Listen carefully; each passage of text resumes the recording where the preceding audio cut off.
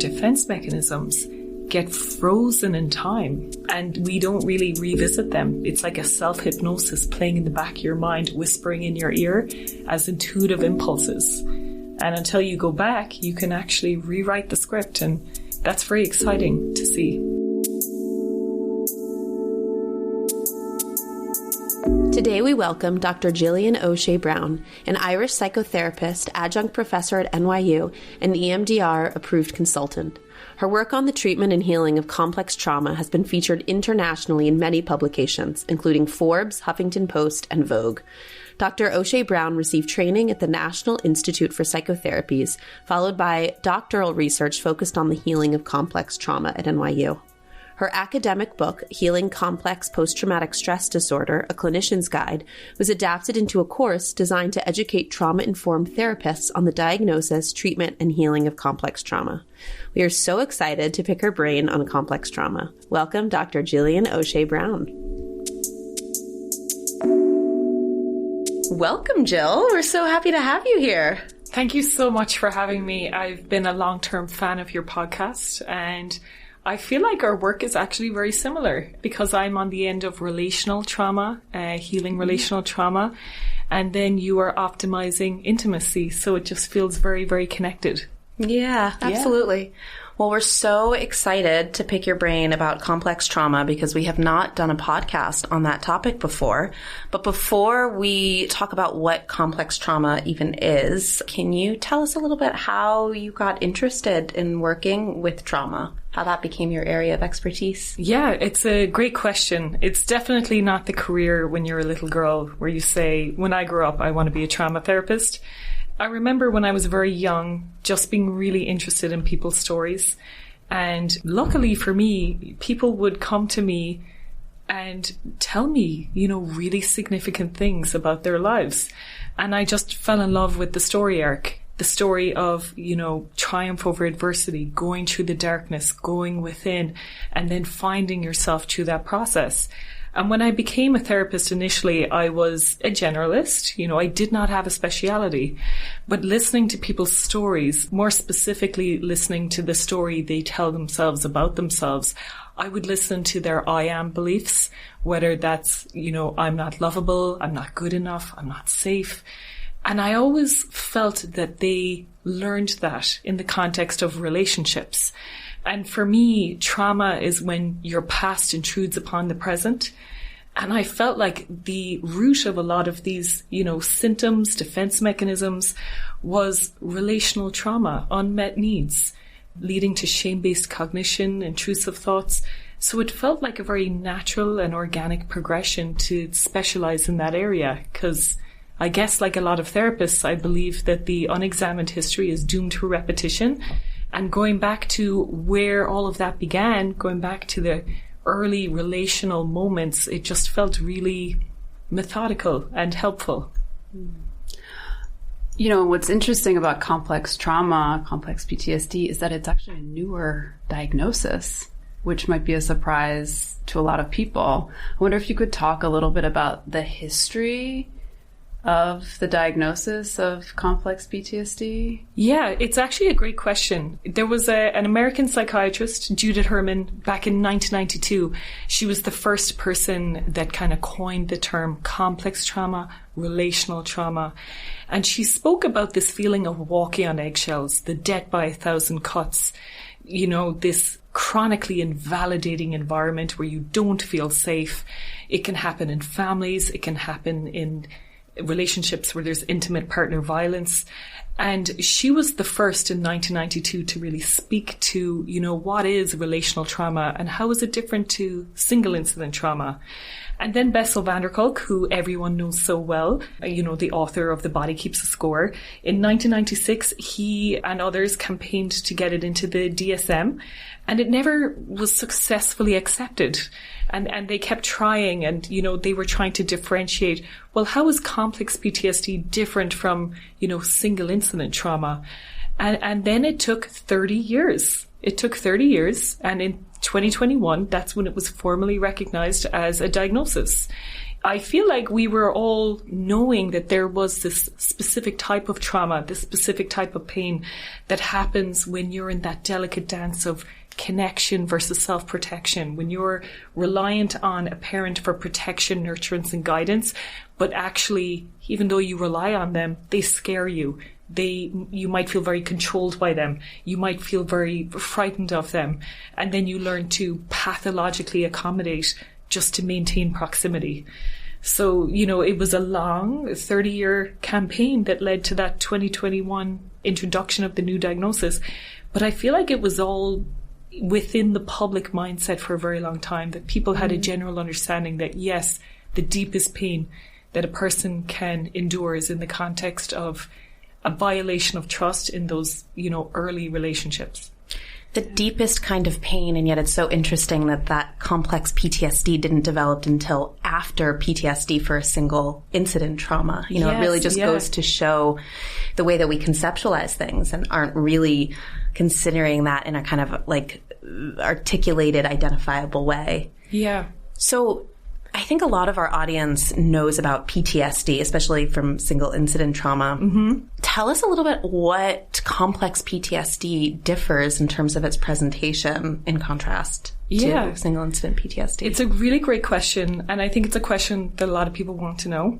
So when it's complex trauma, it's much more prolonged. It's over a long period of time. And the beliefs that you have about yourself and the world start to shift and get really entrenched into your identity.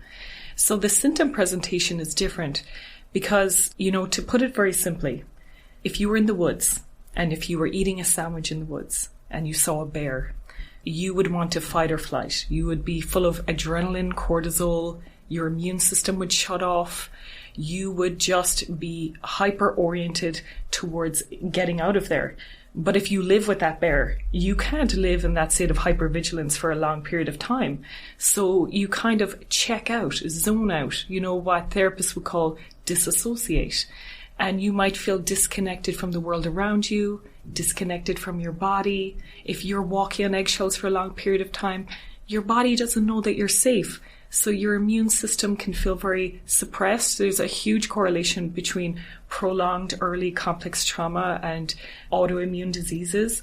But there's also a whole host of other interesting symptom presentations, mainly the shame-based cognition. The child that grows up in an unsafe environment, they don't stop loving their parent, they stop loving themselves. And they take accountability for what happened too much, what didn't happen at all, and those needs that were never met.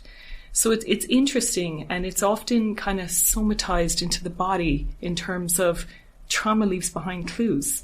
And the way they move through the world as an adult now, those very defense mechanisms help to keep them safe when they were a child. So it's so unique in that it can be very different from person to person. Yeah, that's such a great metaphor. It's so visceral. I know, the bear. It is. Yeah, and it's such a great way of describing it, because I think it's hard for people to really understand, especially if they don't know what it feels like to experience complex trauma, that metaphor you just used. Yeah. It's powerful, and even as you were speaking, I think a lot about children and what they go through and the pain that they experience and the hardship, and it sort of makes your heart bleed. Yeah. And it does also really make me think of all of my patients, and when they're processing this complex trauma, their childhood trauma, it's almost as if I don't know if you experience this for both of you, it's almost as if you're working with that little child. The way that they look, the way that they talk, you really get access to their inner child, is what we use a lot in psychotherapy terms. But there's something about working with a complex PTSD patient that feels very much like you're working with a younger person. I don't know if you have any thoughts on that. I think that's so true, especially when you're doing the deeper work and you have a clinical alliance where somebody's really trusting you. There's a quote that I really like from Michelangelo. He carved the David, and he said, "The angel was always in the marble until I carved and set it free." And I feel like with a client, beneath the defense mechanisms, beneath the trauma, the pain, at their very surface, you have this curious, compassionate, playful, expressive individual. And the journey to getting there is difficult because You have early defensive, angry parts. Maybe, you know, the wounded teenager. You have the vulnerable child. You have numbing and distracting parts, perfectionistic parts of self. And I feel like when you're talking to a client and you feel the vulnerability in their voice or that childlike innocence, that's when you know you're really getting to the heart of the problem, and they're trusting you, they're opening up to you, and it's such a special privilege. It really is. What are the symptoms that patients will come in with who have experienced complex trauma? What do you see as the sort of different constellation of symptoms that people will report? I'll often hear people say, I want to get my feelings back, because they have this pervasive feeling of numbness in the way they move through the world. You know, they're so tense and rigid that they've learned to maybe move through the world in a very mechanical way. Maybe they learned that external validation through work or school was a more stable, predictable, reliable source of validation than relationships. Mm-hmm. Or maybe they learned to isolate themselves and they want to learn to connect in a safe way. Or often, you know, as is the case with many, the survivors of childhood trauma find themselves repeating patterns of dysfunction in their romantic relationships, because we often pine for the love of the parent whose approval we needed the most, and then unconsciously, you know, seek to fulfill that in romance. And if we can win the heart of that evasive, dismissive person or controlling person, we'll deem the earlier trauma null and void, because we want to rewrite the past and have a repair or a reparation fantasy, as Freud would call it. So it's interesting. I also notice with the mother wound in particular, which is a little bit dated to say, because I feel like there's so many primary parents now in more varied family constellation systems. There's often a disorganized relationship with food, because if the mother was a source of fear and intimidation, then to feel good now, you know, food can play into that, whether that's withholding to have a false sense of control, or it's comfort eating in order to get rid of the high adrenaline, cortisol, and try to feel good now without relying on relationships. So it's a really interesting constellation. I often do get the, you know, I want to learn to love and be loved in a safe way. I love hearing that. Mm-hmm. I want to get my feelings back. Mm-hmm. I want to feel like I'm embodied. I want to feel like I'm inside of my body. It's such a unique experience. And when I get that phone call, I know that the pre-contemplation, the courage, the readiness is there, and they're already taking a big step. And there's such a capacity for self-healing, because they're already saying, I know what I want. I know where healing is. And that's already just on the road to getting there. I completely agree. And when you see that, it's just so enlightening. Yeah. Yeah. Sina, this is making me think a lot of the veterans that we used to work with. So yeah. Sina and I worked at the VA for a few years, and that's where we met, actually. And what's really interesting about their presentation is, I would say 99, if not 100% of the patients who had PTSD also had some kind of complex trauma. Yes. As well. Yeah. And so there was really a relationship between these men and women who were maybe drawn to the military for certain reasons, a second family, a sense of meaning and purpose, because they lacked that so much growing up. And so they already came to the military with all this trauma in their background. And then, of course, that leads them to being so much more vulnerable to develop than PTSD from their combat experiences. Yeah. And that felt just so difficult to work with, because you're working with trauma on so many different levels. We were so inexperienced. And this was our our second year in grad school. Oh my God. Yeah. And I guess if there's a question in there, I'm wondering if you work with both PTSD's complex and single incident, and what you notice in their kind of relationship to each other and the way that presents itself. You know, it's very interesting. I will say that so many therapists find their most challenging clients and most high-pressure environments in the first year or two of graduating or before graduating. Oh, totally. And you know, there really should be more support, because you will have your most complicated cases while you're training or when you're a new graduate. Yes. So what you're asking is really interesting. Complex PTSD and PTSD will co-occur. And I often notice when a person comes in, let's say they've had a single incident trauma. For example, they were carjacked and, it was a terrifying experience. And they're left with these physical manifestations of stress and the core negative belief of I'm not in control. There's an exercise I love to do with clients, if they're able to tolerate it, where we do a timeline of their life. And from when they were born to where they are today, rewrite that belief that I'm not in control. And then kind of like the headline of a newspaper, or, that's a bit outdated, like an X status, they will write 3 to 5 times in their life when they felt that way. And often it's the bite that fits the wound. It's kind of like the most recent time when they were made to feel not in control. And all of the cumulative times when they were made to feel that way, it makes it much more compounded and visceral and about their self-story. Mm-hmm. So, floating back to the touchstone memory, the early memory, the linchpin memory, that can be quite helpful. Sometimes that's way too sensitive to process first. But I feel like that map is really helpful, because often people are reliving the same pain over and over again in different areas of their life. And every time that wound gets touched upon, it's very sensitive. I love that. That cumulative wound. Yeah, because we all know compounded interest with, let's say, savings, but trauma has compounded interest too. Yeah, absolutely. And every time it's touched upon, it hurts a little bit more, feels a little bit more interwoven in the self-story, and pulling each thread, processing them one at a time, it can be a soothing balm, and it's unraveling that painful self-story. Yeah, I love that exercise. That's Thank beautiful. You. Yeah, we see this a lot with couples work, where one or both partners have a trauma history. Yeah. And then a lot of the work of therapy is actually just a rewiring of their nervous system with their partner and with themselves, but in couples work mainly with their partner. Yeah. And it's powerful to see, both the trigger and how strong it is. Absolutely. And then also how the rewiring can begin to occur in a relationship. Yeah, like couples therapy is really trauma work. It is really trauma work. Yeah. Because if we're thinking about especially complex trauma as relational trauma, and if the cure and healing is in the relationship, because that's what sort of traumatized them in the first place, of course you can do that with a therapist, and that's very powerful. But to have this person that matters most to them in the room, there's such a kind of power in it.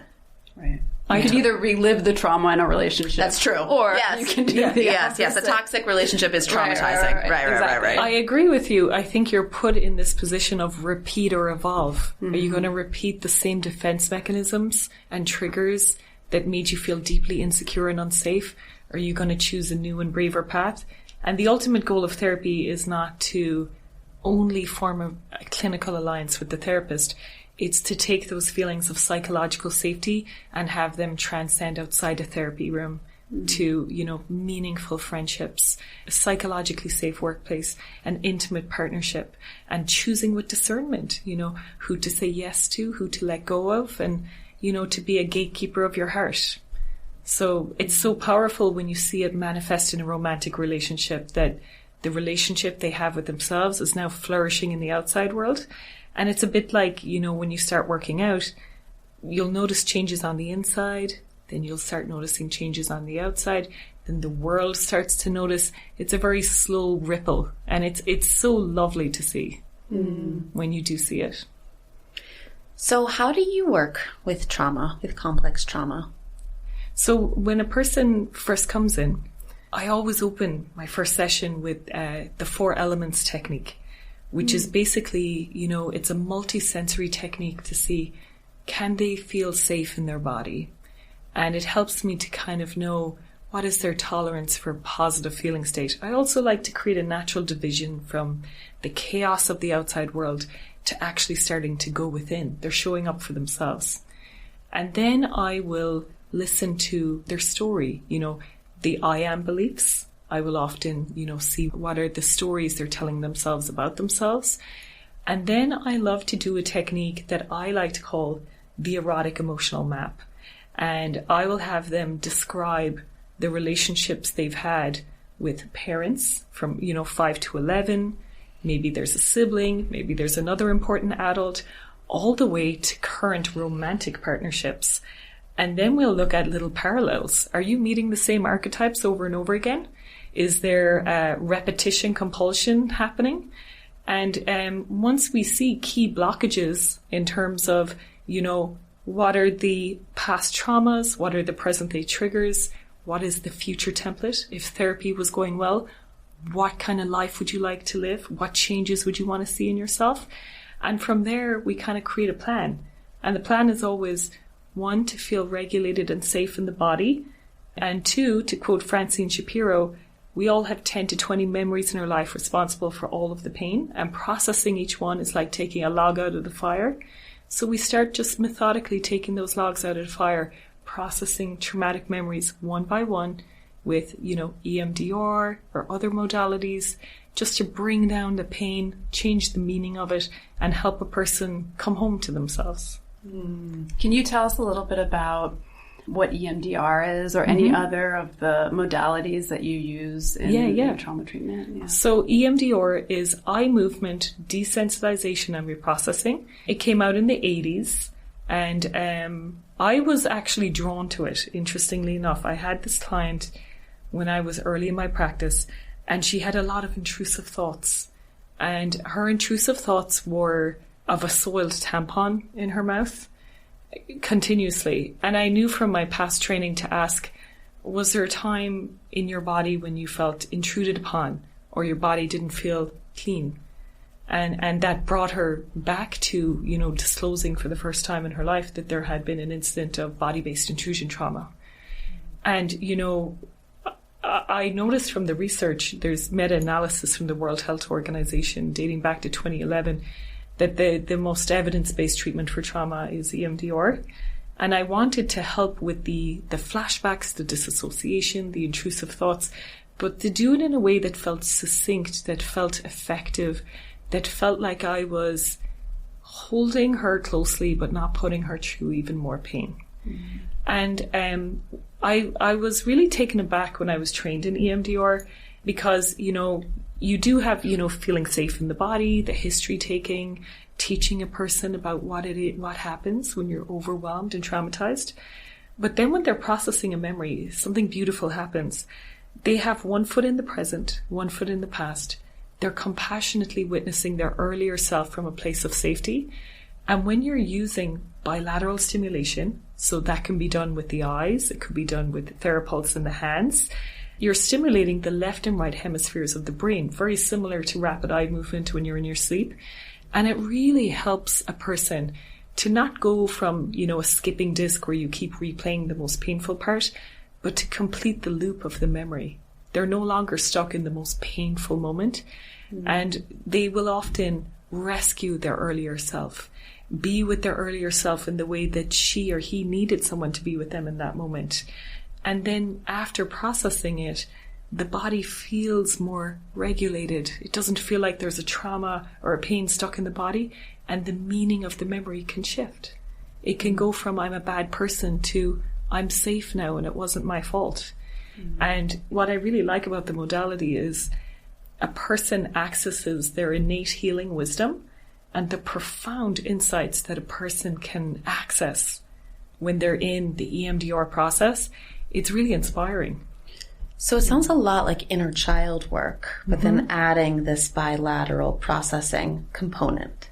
I feel like all trauma modalities will kind of have an intersection of witnessing the earlier self through loving eyes. So you're always going to have a little bit of ego state therapy in there, interwoven in, because there's the part of you that's coming in today that wants to heal. There's a part of you that got stuck in that painful moment of the past. Mm-hmm. And maybe there's a part that does not want to go there and wants to block the process. So I feel like ego state work will always be an interweave. You're always going to have to deal with those ego states inevitably when you're dealing with the pain of the past. Yeah. And I feel like, the sensations of the body, the cues of the body. It's like a golden triad, I feel, where you have the ego states, you have the memories that you have to process, but then you have to honor, when is a person embodied? Do they feel safe in their body? Do they feel ready for the process? And really so powerful to go back to those, like you said, 10 or 20 memories that kind of create these core beliefs and really give it that corrective experience or just perspective to understand, wait, why was my 6-year-old self believing I was unlovable? Look at how cute and adorable I was. How could I not love this little being? I think that's so well said. And I love that you use the term corrective experience, because I feel like that's happening on so many levels. It's happening when you're compassionately witnessed in the room and you're believed and listened to. It's happening when you go back and you meet that wounded inner child and you kind of go, wow, this kid was taking on a lot of responsibility. And there's actually a theory I really like from Fairbairn. He was a Scottish psychiatrist in the 1940s, and he came up with this term, the moral defense against bad objects. And he was researching children that were survivors of abuse, neglect, and he was kind of surprised when he was hearing their stories that they all blamed themselves. They all said, if I was more of this or less of this, I wouldn't get hurt. And he was thinking, why are they all so accountable? And then he came up with this theory that when you're a kid, you have so little control over the world. And, the bully in the schoolyard, the antagonist at home, they're to be tolerated with very little discernment around boundaries or space or self-advocacy. So the child will create a story where they have a false sense of control, that if I could be more of this, I would be safe.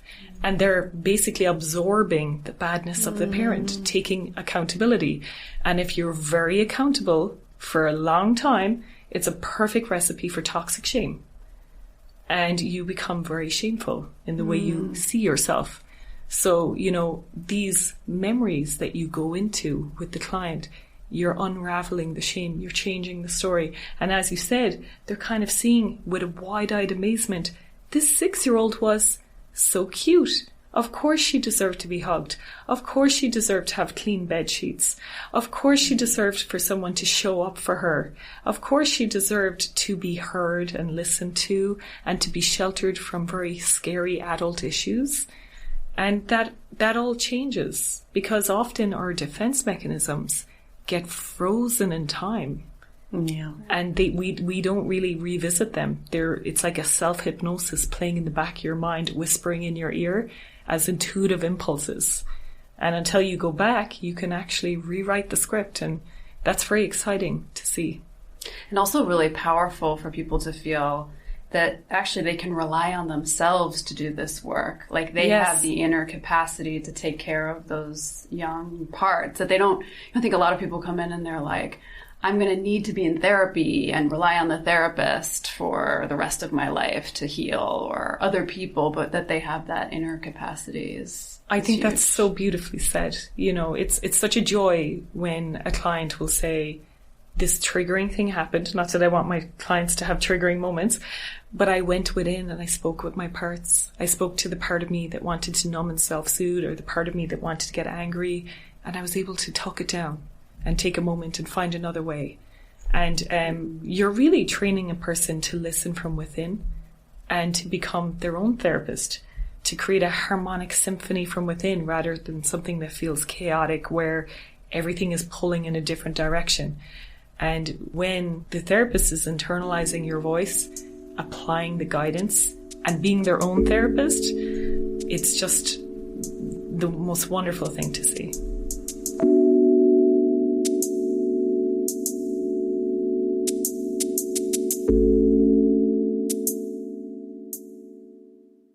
Hi, LoveLink listeners. Our group practice, Modern Mind, is located in New York City with offices in Brooklyn and Manhattan, offering in-person and virtual psychotherapy. We provide individual, couples, and group therapy, as well as ketamine-assisted psychotherapy in conjunction with a psychiatry prescriber. Therapy is a powerful experience that can transform your life and help you live it to its full potential. We're here to help take you where you want to go. To find out more about our practice, visit www.modernmind.co or Email info@modernmind.co to be connected with one of our therapists.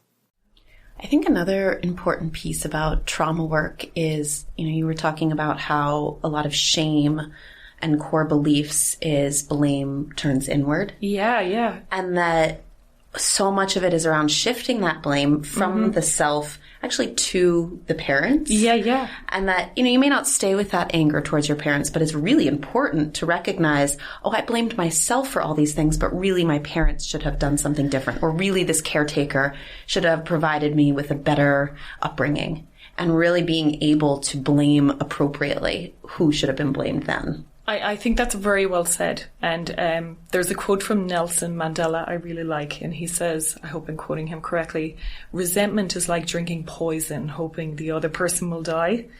And I feel like that unexpressed anger festers on the inside. The resentment, the contempt, the unmet needs. And often in therapy, especially complex trauma, you're trying to bring a person towards catharsis. And sometimes catharsis looks like tears. Sometimes catharsis looks like a primal roar.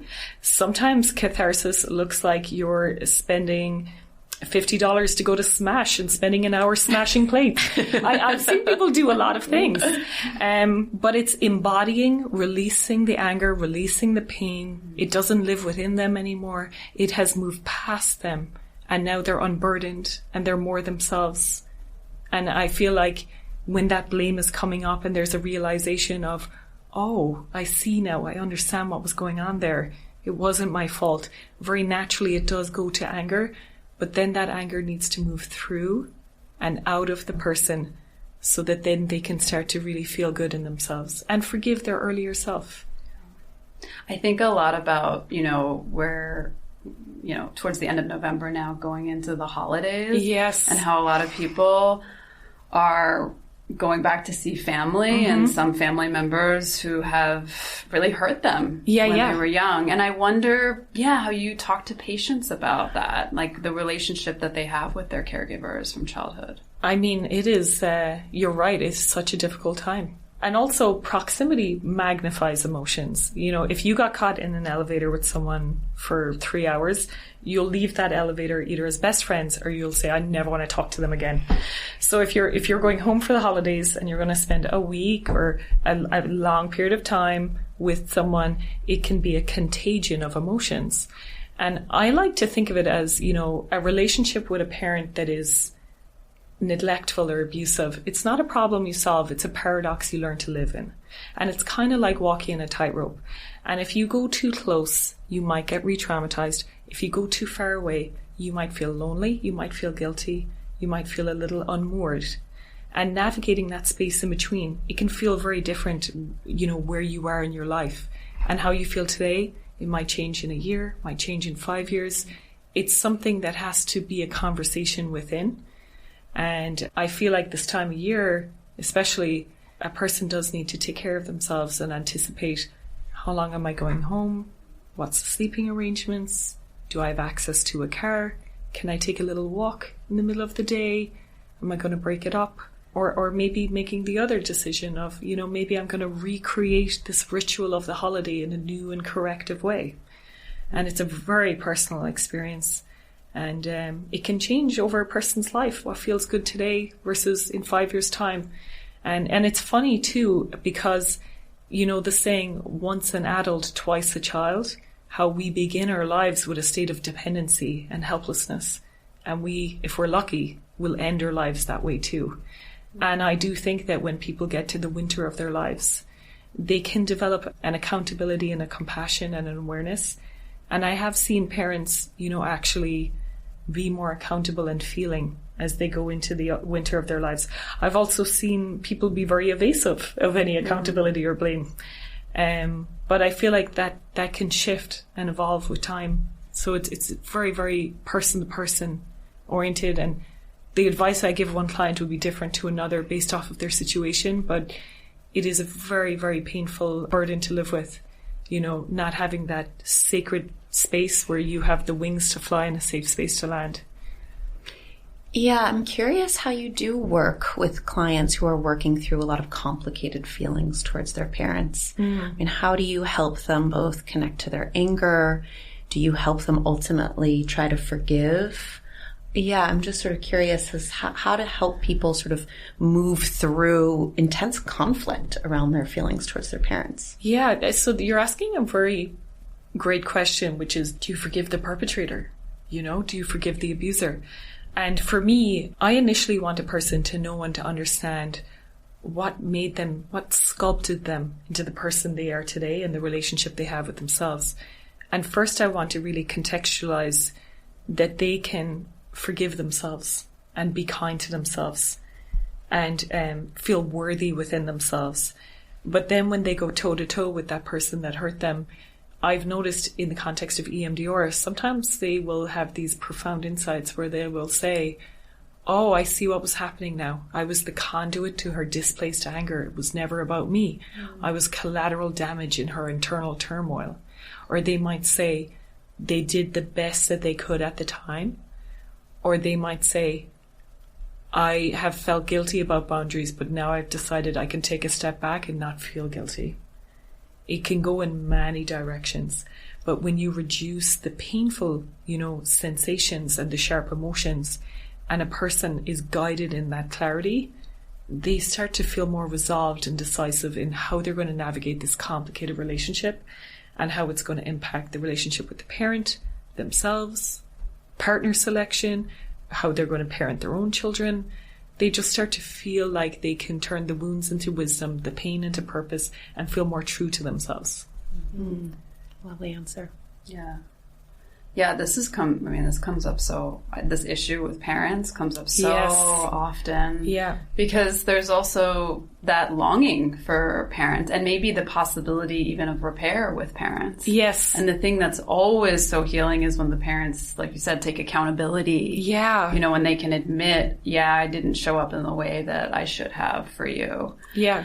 And often it's the thing that parents struggle with because it's admitting also that they did something hurtful to a child that they love. I feel like it takes an immense amount of grace and humility, and then the wounded adult child, they might actually bait the parent into being the familiar angry parent, and they might provoke it back into an area of contention because it's familiar, it's a pain they know how to tolerate, they know how it goes. And unconsciously. We all love familiar. Yeah. And when the parent makes that decision to be equanimous, to be water, to be that soothing presence, it might take a while for that to permeate through the relationship.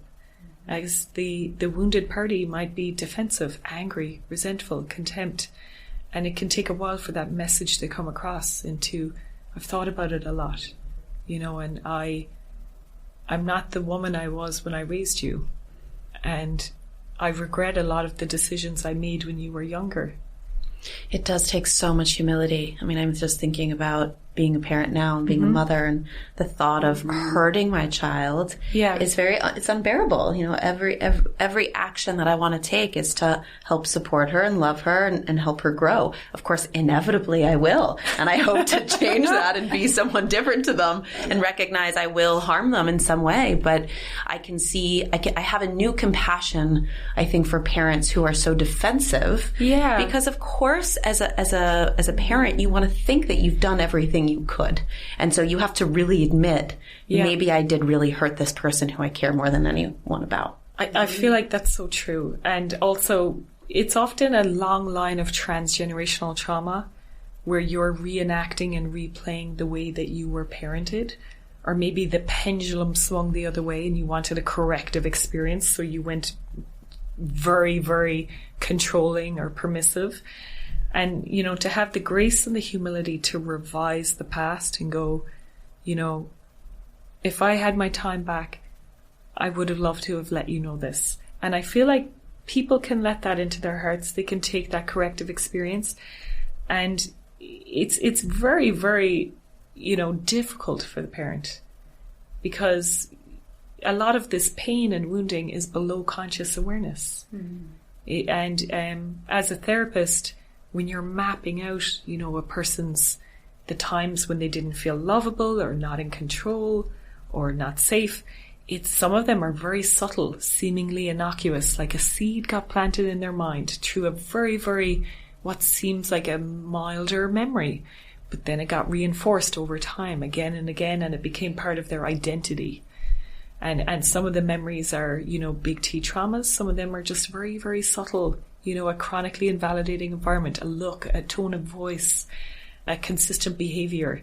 And it can be very subtle, and it can, as a parent, it can make you, witnessing people's childhood stories, it can make you so mindful about how, as a flawed person, a complicated blend of vices and virtues, as we all are, that you're responsible for shaping a person's emotional map. It's a big responsibility. And, inevitably mistakes will be made. And even beyond that, social media in childhood, when you're a nameless, faceless entity, you kind of have permission to say very, very hurtful things. Mm-hmm. And children are becoming so aware of how they present. And their words are forever following them through their lifetime.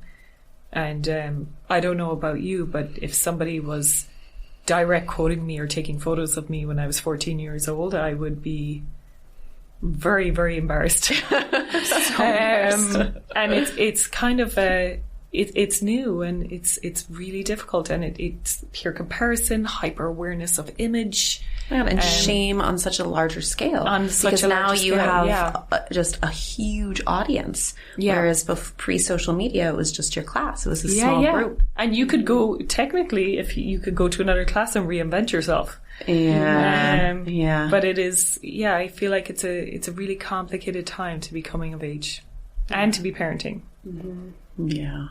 I had a question. Mm-hmm. When I think about someone doing a lot of trauma work and coming to this other side and starting to heal and see themselves differently, and maybe identifying some of their patterns or repetition compulsions. Yeah. And then starting to look at the relationships that they have as repetition compulsions that are no longer serving them. Yes. Right? But they might be very embedded in these communities of friendships, or perhaps a marriage, or in relationships that are actually continuing to reinforce these beliefs or kind of defenses, or to the toxicity in them. Yeah. And then they're at a kind of conflict around, do I let them go? Do I try to transform these relationships? Yeah. How do you work with patients who, when they grow, recognize that a lot of their relationships around them aren't working anymore? I mean, I feel like that can happen. I feel like the experience through healing, it can be a little bit of, it's a grand interruption, but it can be a personal renaissance. One version of their identity can die, and then a new sense of self can emerge. And first, it's always encouraged to have safe spaces for brave conversations, or at least to feel like your side of the street is clean and you're saying what you want to say and you're operating in a way that's in integrity with your own belief system.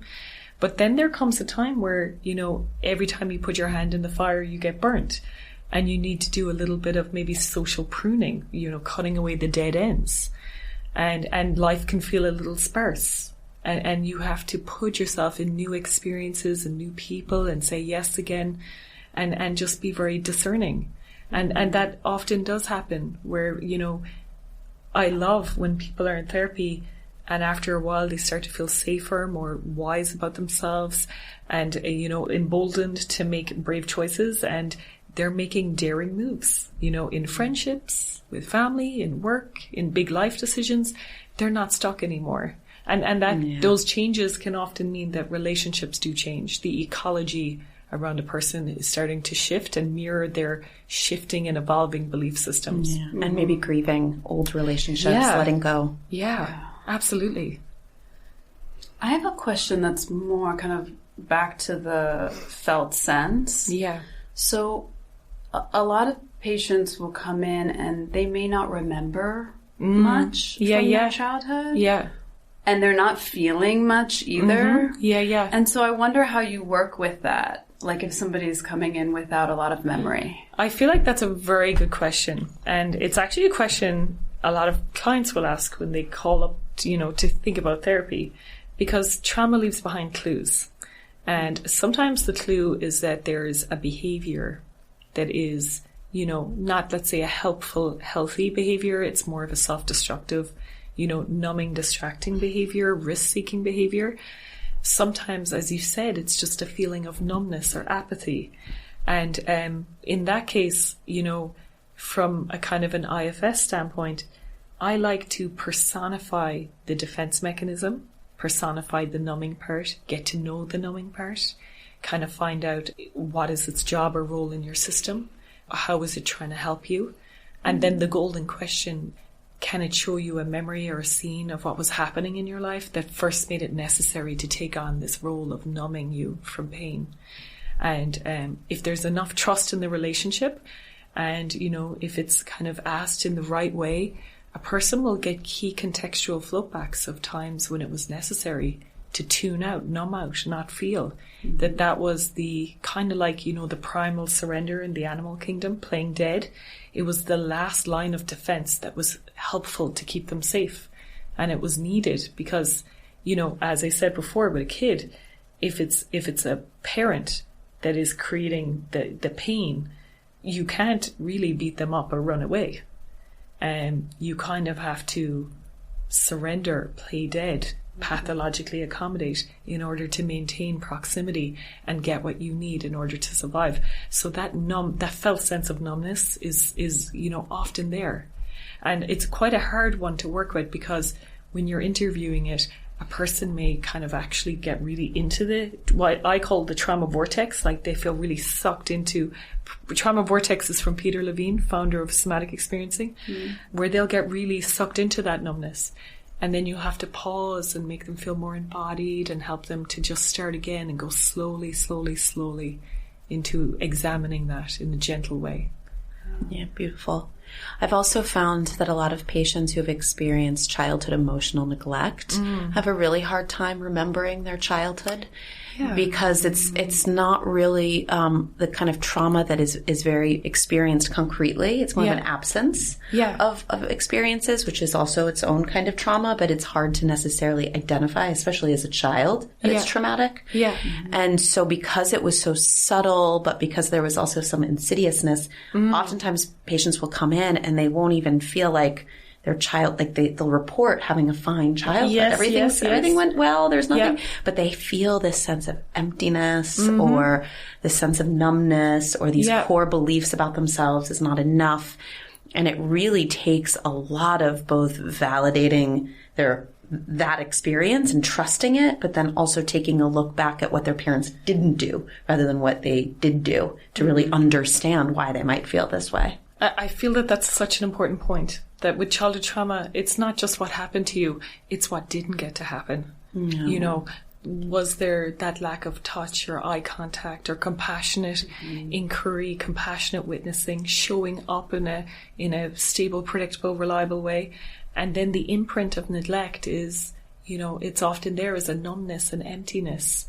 And we as children, we organize our thoughts by asking a grown-up and telling a story and being heard and making meaning and having these corrective, nourishing responses in return. And if you're robbed of that childhood experience, then you are left with a lot of hollowness. And there's a certain element of reparenting needs to happen in the room where, the client is guided towards being with their wounded inner child in the way they needed someone to be with them, completing those unfinished conversations, answering those questions about who they are in the world and how can they be safe and what should they do in order to feel connected, and was it really their fault, and is it going to happen again, and how are they going to start feeling safe.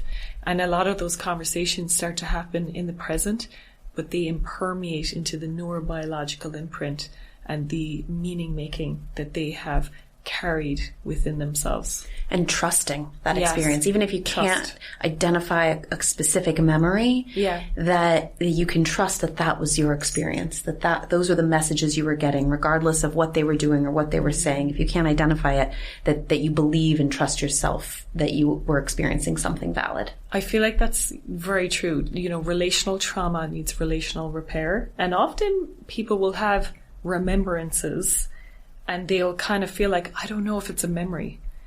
But even if it's not, let's say, a memory per se, it's like a recollection or a fragment or just a remembrance, the feeling state of the way their body felt, the thoughts, that is real. Mm-hmm. And whether the scene is different or, whether the context is different, there was a time when they felt that way in their lives. Yeah. And, being with them in that moment, being the compassionate witness, the anchor, the psychologically safe present, the hand holder, that really dilutes the shame and the toxic self-story that the person is left with when they have those unmet needs. Yeah. I fear for like the children now of these younger generations with social media, which we talked about earlier, but the parents being on social media or just being on their phones. Yeah. Like seeing this normalized behavior of parents standing on the playground, looking at their phone and it's not seen as neglect. It's like, we probably shouldn't do that, but it's sort of just very normalized. And I feel like, these kids, they don't get the same kind of emotional attunement anymore. I agree. There's an experiment that you're probably familiar with, Ed Tronick's The Still Face experiment in 1975, I think. And I still cry every time. Yeah, it's hard to watch it without crying. It is. And basically, there is a parent that's in front of their baby. They're engaging and there's attunement and there's mirroring, there's babbling, there's smiling, and then she's directed to go totally still face. And first the baby's really, they call it flirting because babies know how to get attention. They'll use their voice, they'll use their girdling, they'll use their cute face, they'll use their body language. And then after a short amount of time, there's despair. And then the child zones out. Mm-hmm. And inadvertently, I feel like many parents are reenacting the still face experiment without knowing. And it is so hard because we get a neurobiological high when we look at our phones. And they're perfectly designed to, draw in our attention. And whether you're walking your kid to swim practice and you're checking maps for a party you're going to later, or you're checking a message, or maybe you got sucked into some video that resonated with you, it can really draw all of your attention. Right. And I feel like it is kind of a major societal issue at the moment. And I think it's going to be much more of a conversation. And I'm really looking forward to, well, not really, but I think there will be interesting longitudinal research around the impacts of how that impacts attachment, relationships, communication, prolonged eye contact, the noticing, the subtle little cries for help, because I do think it is impacting all of our abilities to connect in a meaningful way. Absolutely. Yeah. So, Jill, you are coming out with a book soon that weaves trauma and Greek mythology. And we'd love to hear a little bit about it and how trauma and Greek mythology relate to one another.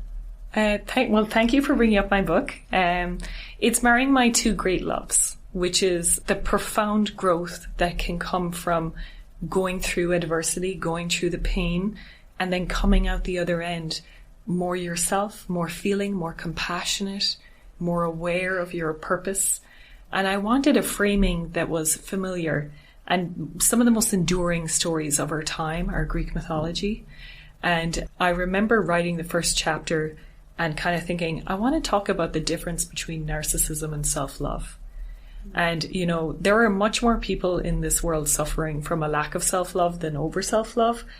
And actually, when you look at narcissism, it really is quite a fragile ego where you want that narcissistic supply to feel good. And it is coming from a place of lack of self-love. And I kind of thought, what better way of telling the story than narcissist and echo? It's kind of like that classic codependent narcissist-empath dynamic, but it's true myth. And, from there, the book kind of wrote itself. We went to the psychological Achilles heel that we all have, that I am belief that haunts you, that informs your decision-making, to Medea, the Median wound. Medea killed her children. To the Pygmalion complex, that we tend to live up to the expectations that people place upon us, and how to retain a sense of self through use of boundaries and self-advocacy, all the way through, Chiron, the wounded healer, as many therapists are, turning your wounds into wisdom, pain into purpose, and trying to find meaning through service, and the Phoenix, and many more in between. But I always loved Greek myth, and I think it's a nice way of us having a familiar framing of stories that we all know, but with a modern twist of, you know, how it ties into each step of the healing journey. And I wanted to make it a self-guided healing book because not everyone can access therapy, you know, spend the time to go to therapy. And I wanted it to be a guide for a person to go deeper into themselves, you know, beyond the trauma, the defense mechanisms, the pain, to really get to the heart of their purpose and craft the life that they want. So it's coming out later in 2025, and I will have a card deck, just kind of, you could pull them in the morning or the evening as part of your meditative ritual, and there will be a guidebook as well. So it's going to be a nice source of self-healing for people. You know, something that I'm so appreciating about you and just noticing the way that you use metaphor into the way you explain things, into the way you kind of understand people and suffering and human experience.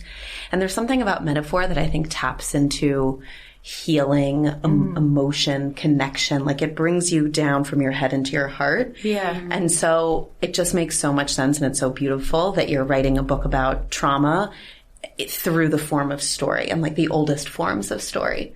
So I think that's so wonderful and makes so much sense, both in a trauma book and also with you.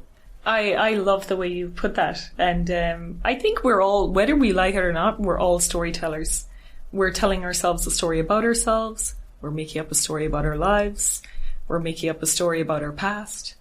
And, you know, revising these stories through the ancient legends that we all know, I think it can be very enlightening. And I hope that people, you know, find it exciting. It also makes me think, just with the book, like, we've been human for so long. Like, these are, you know, the stories we tell ourselves, our struggles. You know, this is like going so far back. And there's something very connecting about that. I was just, you know, connecting to sort of what it means to be human too. And it's amazing because every culture has them. Right. Ancient wisdom gets passed on from generation to generation. Then it gets regarded as myth and legend. But it's kind of the knowledge of the collective consciousness. It's what we all know to be true. Mm-hmm. So it can be familiar and it can be new all at the same time. I'm so excited to read it. Thank you. I'll be sending a copy to your practice. Thank you so much for joining us. Thank you. Yes. And where can people find you? So I'm on everything as Dr. Gillian O'Shea Brown. I share a lot of psychoeducation, and some of the exercises I talked about here, I have them all on Instagram. And we have a newsletter that we send out every 2 weeks. And it's a wellness community that whether you're a healer or a self-guided healer, all are welcome. And hopefully there's something helpful there for everyone. Thanks for coming. Thank you. Thank you.